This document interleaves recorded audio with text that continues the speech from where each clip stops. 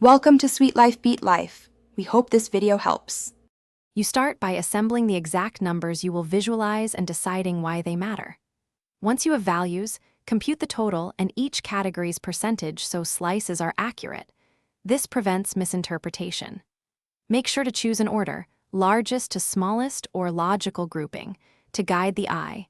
Labels or a legend help readers immediately identify slices. Also consider if you need to aggregate tiny categories into an other slice, so the chart remains readable. And now you translate percentages into visual arcs by converting percent to degrees. This is how the geometry matches the numbers.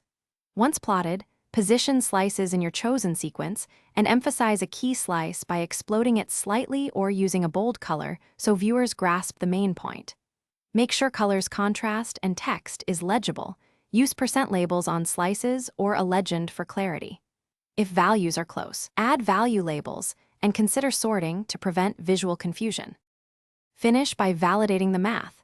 Percentages should sum to roughly 100% and degrees to 360 degrees, so the chart accurately reflects data. Then set export options. Choose high resolution for printing and include an explicit title plus alt text for accessibility. If you spot tiny, unreadable slices or overlapping labels, group minor categories into other or switch to a bar chart. This troubleshooting step preserves accuracy and improves comprehension. Finally, review colors for colorblind accessibility before sharing. Thanks for watching. Consider subscribing if we helped you.